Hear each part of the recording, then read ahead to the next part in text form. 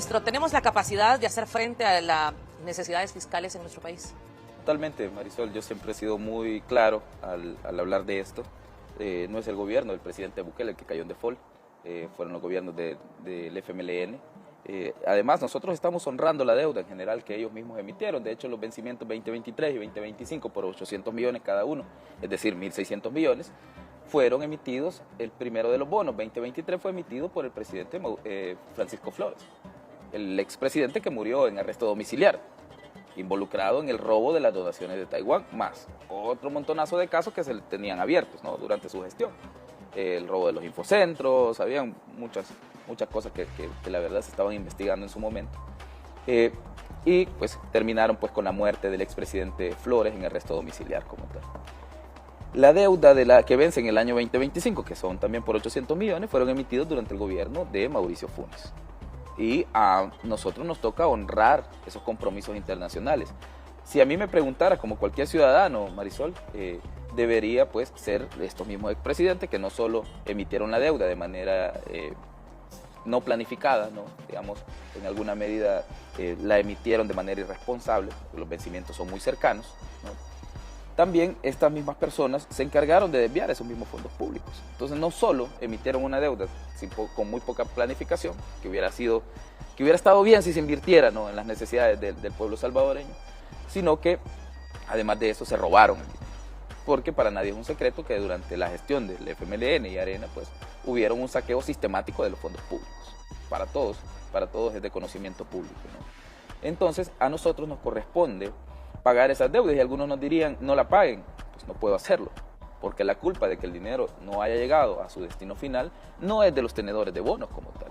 Yo tengo con los tenedores de bonos un compromiso, ¿no?, de pago y debemos cumplirlo. Si no, los mercados pues castigan a aquellos países que no cumplen con sus obligaciones y creo que a nadie le decepciona más que prestarle dinero a alguien que luego no le pague. Entonces nosotros tenemos todos los fondos, Marisol, o la liquidez necesaria para cumplir con todos los compromisos que El Salvador tiene para los próximos años. No solo en materia de deuda externa, porque yo veo como algunos se ponen a especular de que nosotros no vamos a poder pagar la deuda externa. Y si no vamos a poder pagar nuestra deuda, y entonces, y los salarios, y los proveedores, y los proyectos de inversión que nosotros hemos anunciado, o sea, a veces se hace un análisis tan reductivo, y digo esto porque no quiero que se malinterprete, pero Marisol, o sea, pagar la deuda externa, digamos, sería uno de los males menores, no pagar la deuda externa. No desarrollar nuestro país, no invertir, no mejorar nuestras calles, no mejorar nuestro sistema hospitalario, no mejorar nuestro sistema educativo, ¿no sería una catástrofe también, algo peor? Y si yo estoy solo pagando las obligaciones, ¿cómo le voy a hacer frente a todo lo demás que tengo que hacerle frente? Entonces, hay una visión muy reductiva de algunos pseudoanalistas tendenciosos y que evidentemente tienen una vinculación con algunos funcionarios de gobiernos anteriores. De los que dejaron la deuda. Claro, que siempre hacen unos análisis maliciosos. Yo veo, por ejemplo, al señor Luis Membreño, y no fue parte siempre él de FUSADE y de los asesores del partido Arena. No estaba en los equipos de gobierno que hacían los planes para los candidatos del partido Arena en el pasado.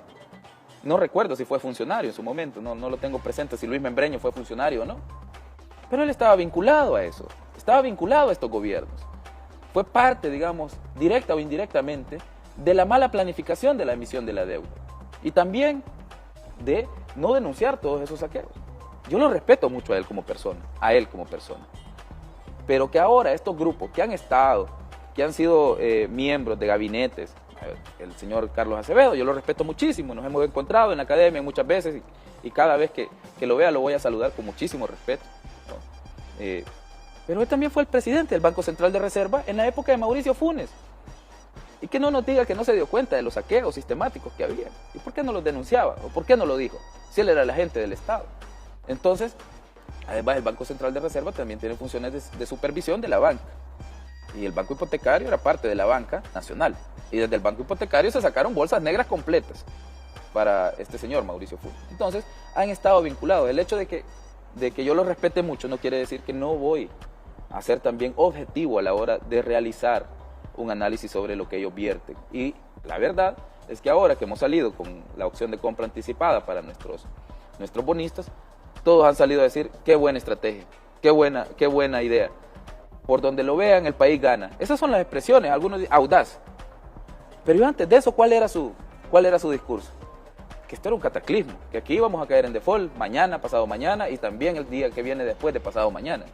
Todos los días caíamos en default y todos los días salía un titular en los medios de comunicación. Incluso medios de comunicación internacionales hicieron eco sobre eso, lo cual es totalmente falso, Marcelo, y siempre ha sido falso. El país mantiene la capacidad de hacer frente a sus compromisos fiscales.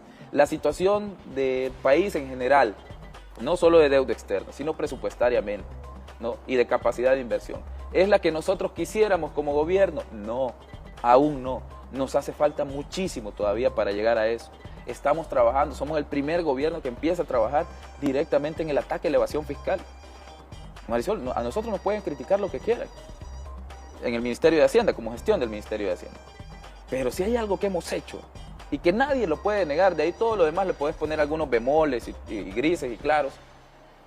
Pero el ataque de la evasión fiscal que ha tenido este gobierno ha sido un ataque valiente y sin precedentes. Todos los demás partidos políticos prometieron reiteradamente que iban a atacar la evasión fiscal. Y que atacar la evasión fiscal era uno de los pilares fundamentales de la gestión de las finanzas públicas en El Salvador. Una evasión fiscal que también beneficiaba claro, la mayoría de algunos sectores. Hay grupos de poder, claro, si Fusades y ANET me sacaron 2 comunicados, ambos instituciones, Fusades y ANET, diciendo que yo iba a destruir el tejido empresarial de este país y que esto se iba a convertir en una persecución judicial y política a los empresarios. Si yo pago mis impuestos, yo como ciudadana, ¿por qué no debe operar de la misma manera para las empresas? Claro, Marisol, porque son unos sinvergüenzas, Marisol. Son unos sinvergüenzas y lo digo con toda claridad, porque no me da ningún miedo de referirme con la verdad hacia ellos. Son unos sinvergüenzas que durante muchísimo tiempo protegieron gobiernos corruptos y evasores de impuestos.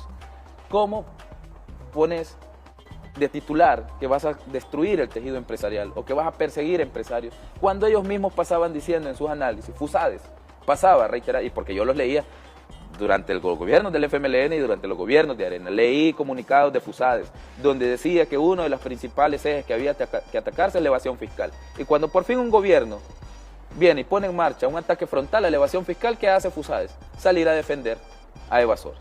¿Qué hizo ANET en su momento? Salir a defender a evasores también.